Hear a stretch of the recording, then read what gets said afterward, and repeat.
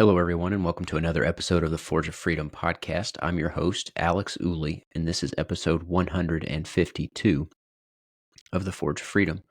Today, I've got an article to share with you from FEE.org. It's Foundation for Economic Education. The article is called Evil is Rising, but Despair is Not an Option. And it's an article by Lawrence Reed, who always has fantastic content. He, of course, was on the podcast last year, episode 40, as a matter of fact, and I'll link to that in the show notes for those of you who haven't listened to that episode. But the episode was "Are We Good Enough for Liberty?" And it's one of my favorite episodes of the podcast. So I'd encourage you to go back and check that out if you haven't seen it. But this article I'm sharing because it also touches on another event that we have going on, and that's we're going to have Ed Monk from Last Resort Firearms Training in Salem, Indiana on December 3rd, and he will be speaking about his research, and it's called a church-focused study of the active shooter problem and how to minimize victims. And it's going to be a 2.5-hour lecture, a presentation. I saw Ed Monk, met him actually in Dallas, Texas earlier this year at the NRA annual meeting, and listened to his presentation there, and multiple presentations there. He spoke on multiple days. Fantastic content, fantastic information, and I think if you're near Salem, Indiana, which is not far from Louisville, Kentucky, I think you would certainly get a lot out of his presentation. In that, again, and I'll put this up on the screen actually, is December 3rd at the Salem Assembly of God in Salem, Indiana. And this is the website. If you go to forgeoffreedom.com, you'll see there some information about the presentation with some links, actually a link to the sign-up page. It's $40, but it's actually, there's an early bird discount. It's $30 if you sign up before November 2nd, actually. So on November 2nd, the price will go from $30 to $40, and it will be, I think, time and money well spent. So go check that out. And the link to the Eventbrite sign-up page is on there at the Forge of Freedom. It's also, there's a link to the flyer as well with information there. There's a QR code. You're welcome to print that out, share it with friends, family. If you go to church, share it with your church. This is a church-focused study, but the principles that he talks about here are broadly applicable to lots of other settings, not just the church setting. So I think if you've got a business or even if you are a teacher at a school, he does a school-focused study. But I think the church-focused study, I think you'll get a lot out of it that's got principles and lessons that you can learn and apply to various contexts. So go check that out at our website. And if you can make it, we'd love to have you. Now, with that being said, talking about the church-focused study of the active shooter threat, that gets us back to our article for today. Evil is rising, but despair is not an option. Virtually every manifestation of evil involves a desire to dominate and control. And like I said, this article is by Lawrence Reed. And actually, before we get into the article here, I'll put up one more page on your screen if you're watching by video, and that's the page for episode 40, where I spoke with Lawrence Reed about his book, Are We Good Enough for Liberty?, where we talk a lot about the importance of personal character and a devotion to truth as a counterbalance to the evil that we see in the world. And I think that it's refreshing to hear some positivity in the world. We see so much negativity in the news. The article here is about evil, which seems negative, but the counterbalance to that is despair is not an option. And so we have to have hope. And Lawrence Reed talks about this as well, that without hope, it's a self-fulfilling prophecy. Defeat is inevitable if you don't have hope. And so I want to share that message as well. So let's get into the article here.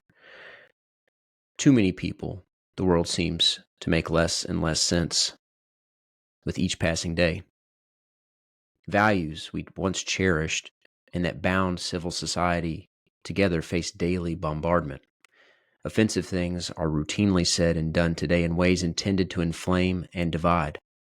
Freedoms we took for granted, freedoms of thought, speech, press, religion, are under relentless assault as intrusive government and cancel culture gain ground. Orwellian is no longer just an adjective derived from a work of fiction, but more than 7 decades ago. It describes some new development in our lives every day. Words and thoughts, once neutral or perhaps disagreeable but not actionable, are treated now as if they are crimes. History itself is being rewritten to serve political agendas. Petty tyrannies are morphing into bigger tyrannies as governments play an ever more intrusive role in the lives of their citizens. There's an awful lot of bad behavior going on, and perpetrators getting away with it too. From lying to looting, it feels like an epidemic. That's not very scientific, I admit. Steven Pinker, in his 2011 book, The Better Angels of Our Nature, Why Violence Has Declined, made a strong case that humanity is actually more humane today than ever. Statistics exist for murders and thefts, and Pinker provides bushels of them. But how does one measure bald-faced lies, silencing by intimidation, the canceling of dissenting opinions, and the like? Where are the data on hate, spitefulness, callousness, and discourtesy? I worry that amidst the good news Pinker revealed, something is amiss. We are witnessing an alarming collapse of social cohesion that is propelled as if it were consciously planned by something bigger and more menacing than simply falling standards of character. I call it evil, and I sense that it's on the loose and on the rise. Rabbi Gershon Winkler of the Walking Stick Foundation in Colorado writes, "Today, absolute evil flourishes in clever guises. For instance, distorted versions of social equality or the officially sanctioned proliferation of outright lies and their costly consequences for the economic and physical well-being of entire communities. This form of evil is of the worst sort, since it is deceptively camouflaged by rhetoric disguised as humanitarian concern and compassion. Even the serpent in the Garden of Eden could not match the evil of draping the wool over the eyes of an entire population and allowing it to slide into passive naivete. Dishonesty and deception have time and again caused the fall of great civilizations. Evil is a very muscular term. It is intensely pejorative. I wouldn't know how to describe something that is worse than evil, so I use it as a synonym for as bad as it gets. Its gateway drug is disdain for the truth, the little white lies that lead to bigger ones, that then open the door to more heinous offenses. Moreover, I do not deploy the term casually to represent actions or outcomes that result from inanimate forces, e.g., the hurricane's evil destruction laid waste to the town. Evil is inseparable from morality and moral agents. A hurricane is not a moral agent. Only individual beings, human beings, are therefore both their conscious, let me back up. Only individual human beings are, and therefore both their conscious choices and actions can be judged by a moral code or law.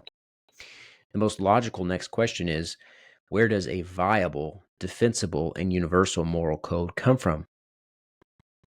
The Judeo-Christian perspective argues that its source is the Creator, and his moral rules are spelled out in the Ten Commandments. A secular perspective claims that a moral code can be deduced from man's nature, particularly the unique and sovereign individuality of each person, apart from anything supernatural. One can argue that there are other perspectives too, rooted in various philosophies and religions.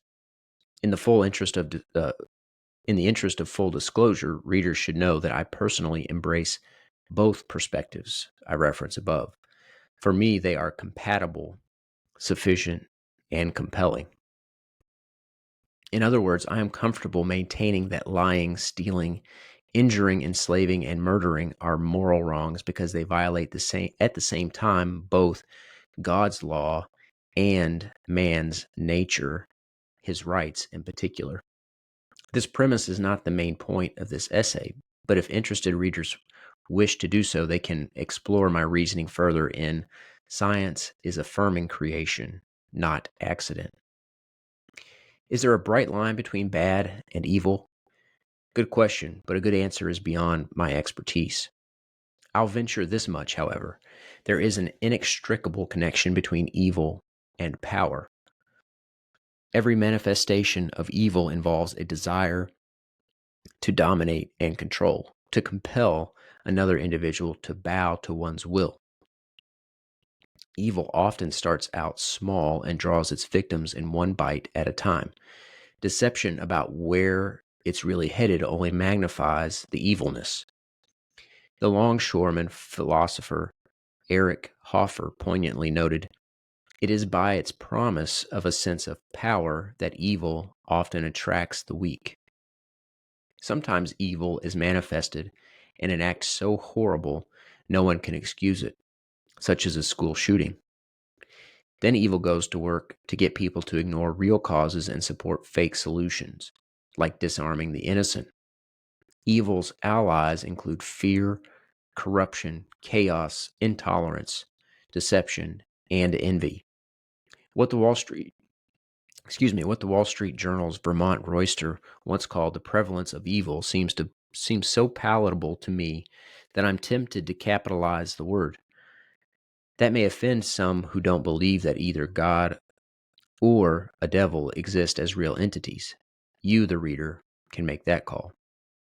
In a May 2023 article at hackspirit.com, Lachlan Brown identifies the traits of evil people.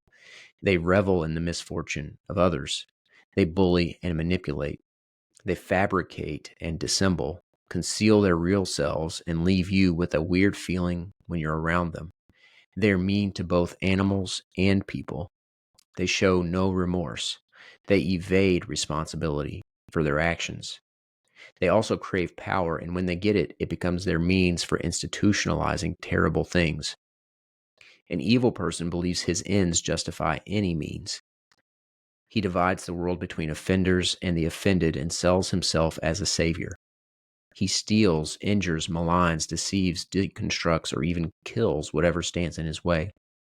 He accuses the innocent of the very crimes he commits. He distorts language itself in order to confuse rather than enlighten. The mortal enemy of evil is truth. Evil is profoundly reactionary and pessimistic. It is at war with human nature because it deals with people not as the unique and precious individuals they are, endowed with rights, but as pawns, dupes, and tools.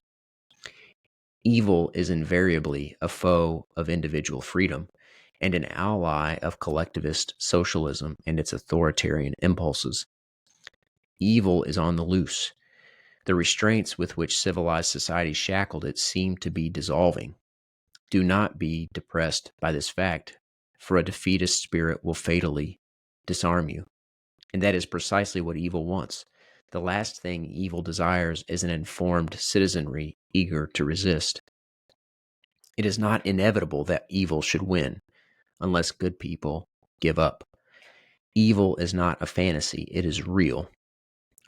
Wherever you believe it comes from, do not submit to it. We must confront it with, at the very least, an unwavering dedication to truth, solid personal character, and good ideas. Remember the wisdom of Edmund Burke. When bad men combine, the good must associate, else they will fall, one by one, an unpitied sacrifice in a contemptible struggle. So there you have it. There's the article by Lawrence Reed. And I love that part at the end that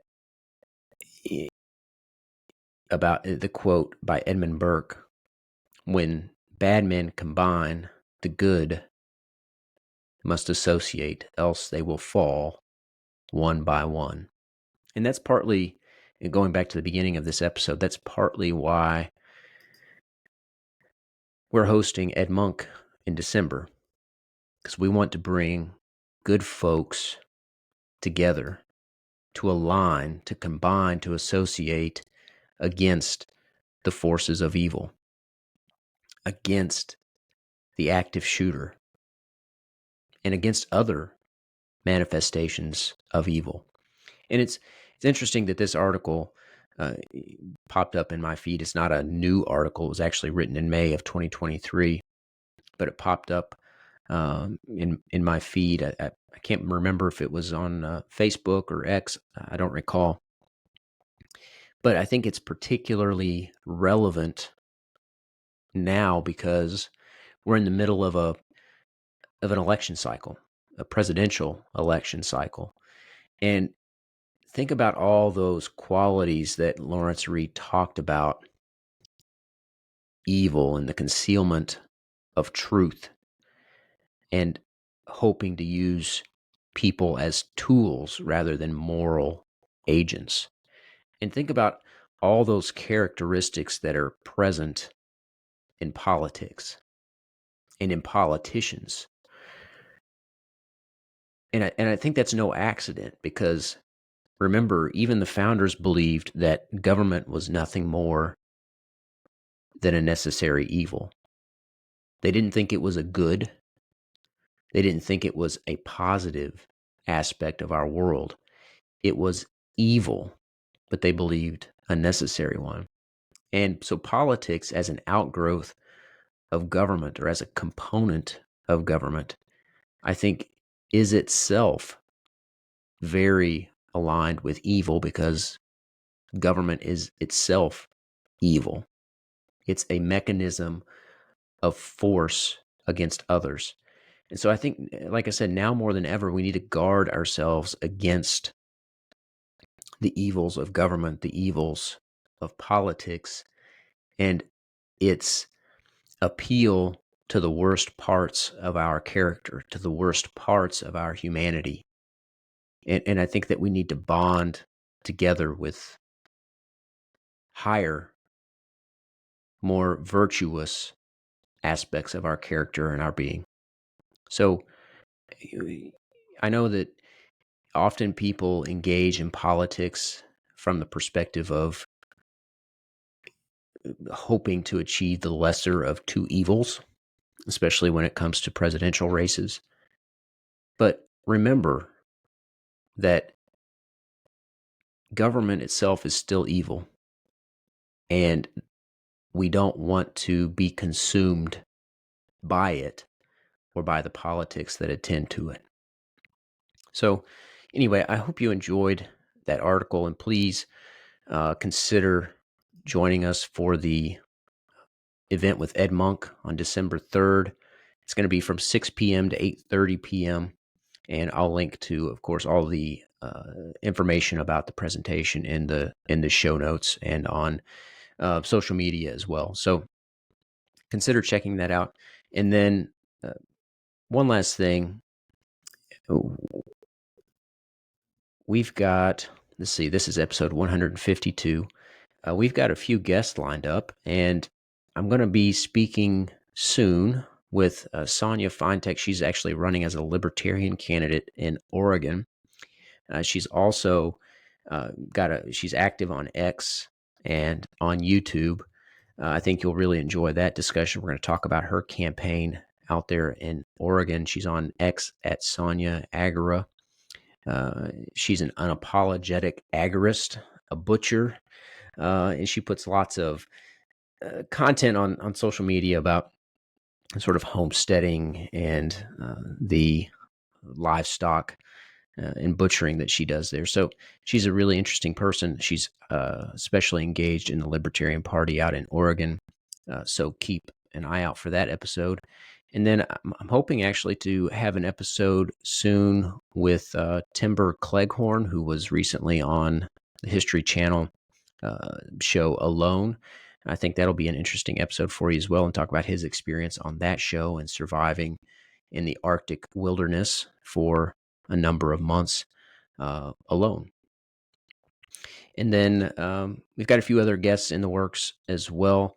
And then I'm hoping also to have Mike Ooley back on for another gun episode in the near future as well. So we've got some stuff in the works, some guests lined up. And of course, I mentioned last week the episode coming up with Carrie McDonald as well about her book and the unschooling movement. So we've got some good stuff coming up.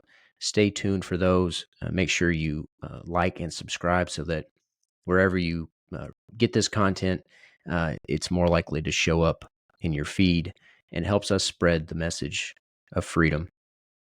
Of course, as always, you can find the show on YouTube, Rumble, Facebook, and on X, and as well as the most popular podcast streaming platforms. We're on X at Forge of Freedom, and you can find our website at forgeoffreedom.com. All right, everybody, thanks for tuning in, and until next time, remember, you are the Forge of Freedom.